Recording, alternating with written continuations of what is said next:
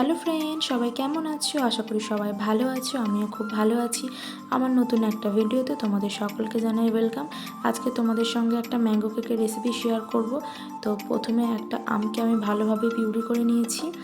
তো একটা বাটির মধ্যে আমের পেস্টটা নিয়েছি, এক বাটি ময়দা নিয়েছি, ওই বাটিরই হাফ বাটি আমি চিনি ইউজ করেছি। চিনিটাকে আমি পাউডার করে ইউজ করেছি। তো অবশ্যই ময়দাটাকে তোমরা চেলে ব্যবহার করবে।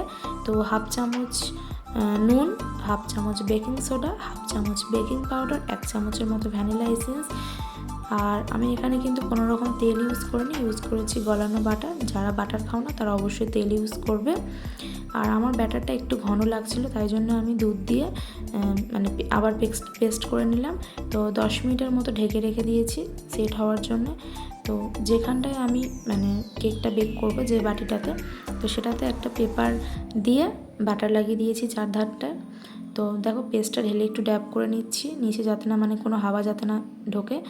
তো আগে থাকতে আমি একটা কড়াইতে নুন দিয়ে একটা স্ট্যান্ড বসিয়ে নিয়েছি।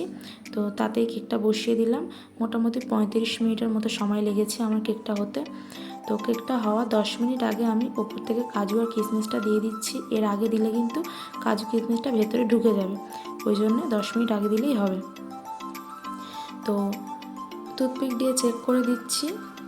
দেখো কেকটা কিন্তু অলরেডি রেডি হয়ে গেছে। ভিডিওটা ভালো লাগলে একটা লাইক করে কমেন্ট করে পাশে থেকো। টাটা সকলকে।